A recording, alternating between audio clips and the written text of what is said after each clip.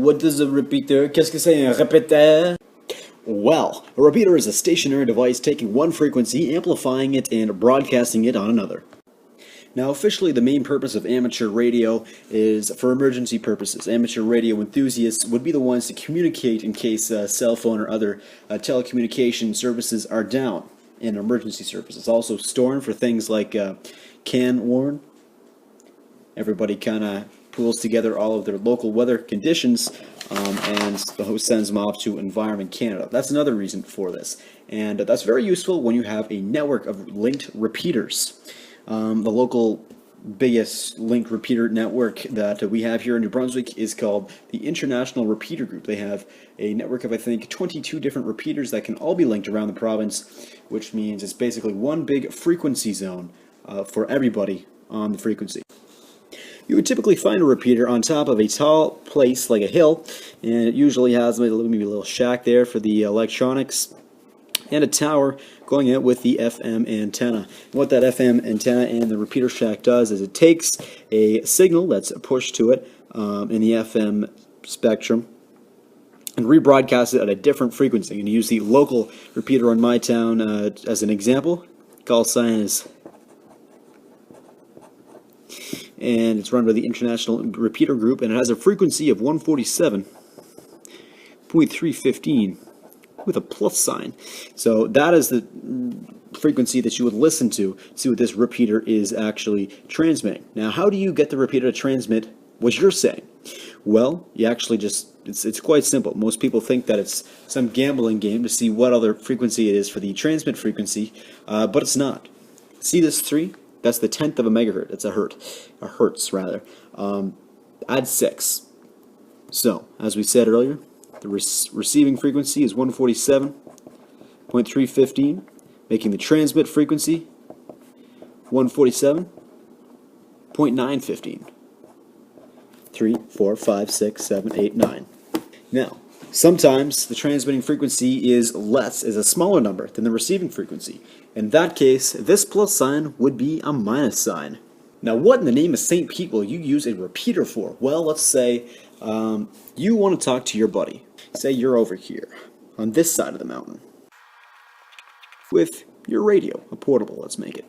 And your buddy is way the heck over here, with his portable. Now, if you want to talk to your buddy, it's going to go a long way. Your radio is going to try to make communication through the mountain, but no, it can't do that. It's a mountain. It's made of rock. It's going to stop the transmission, and it's not going to be able to go through. It's going to be deflected. It probably won't even be deflected. Same thing with your friend. He's not going to hear anything because you're just basically going in his line of sight. So basically, all of this area is who's going to hear your transmission. Same thing for this guy. You're only going to be able to hear it if you're there. But, oh, look at that. He's in line of sight of the repeater. So the repeater has a very good antenna on top of its tower. And what it does is it takes your frequency from 147.915, goes down here and processes it. It amplifies it normally at around 100 watts, and it transmits it back out at 147.315. And of course, the 100 watts is much more powerful than your little portable radio. So that's going to go a long way and at a very, very good sound quality as well. So that's going to go basically anywhere line of sight of this tower. So you can talk to the repeater repeats it and tells your friend in real time. And that is what a repeater does. Each repeater is linked by microwave. So let's draw the province. So that's my New Brunswick. Now say I'm up here. That's my local repeater. I'll transmit on that repeater. And then that, of course, will repeat it to my local area. But also, it's linked to a bunch of other repeaters around the province, down here in Moncton, St. John, St. Quentin, Edmundston. So, since these are all linked via microwave, when I transmit on my local repeater, it'll transmit on this repeater, which will pass it on to this repeater, to this repeater, to this repeater, to this repeater, to this repeater. So when these repeaters are all linked up, I'm being heard throughout everybody in the club all around the province. Now, in the International Repeater Group, each section of the province is divided into different regions. Now, for example, my local repeater here is always linked at all times to 3 other local repeaters, probably this one, and this one. These are examples. They're probably not actually located there. So that way, every time I access my local repeater, I'm hearing what's also going on in those 2 repeaters, and they're always linked via microwave transmissions. Let's take a look at repeaters in the instance of a small-town radio ham club. So let's draw an overhead map of a town. Let's use this one I'm in. Okay, this is all water, by the way. Now, let's say this is our downtown section. If I were to start a club, I would put a repeater right downtown, on top of the tallest building in the city, probably the federal building. There's probably one up there already for public services, but...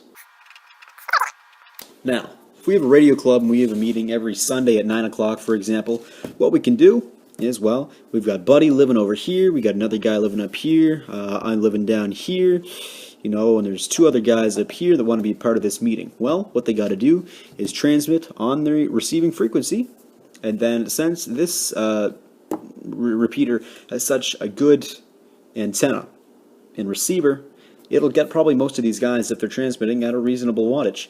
And it's not a big city, so I mean, you know, but that's just an example. And what this repeater will do will make this guy be able to reach this guy over here.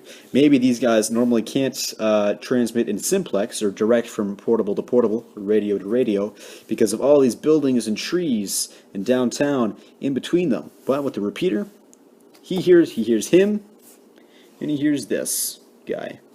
And he makes it a big community for everybody to talk to each other. Here's a network diagram of the international repeater group I'm talking about, our local club here. And you see, this is my local repeater right there in Allettville, VE1BRD. It has its call sign, okay?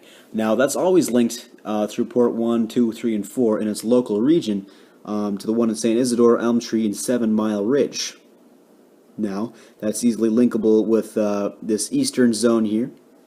And then every Sunday night, there's a big powwow at 9 o'clock where the master controller links all of the repeaters in the province, which include all of these ones, and this one up here.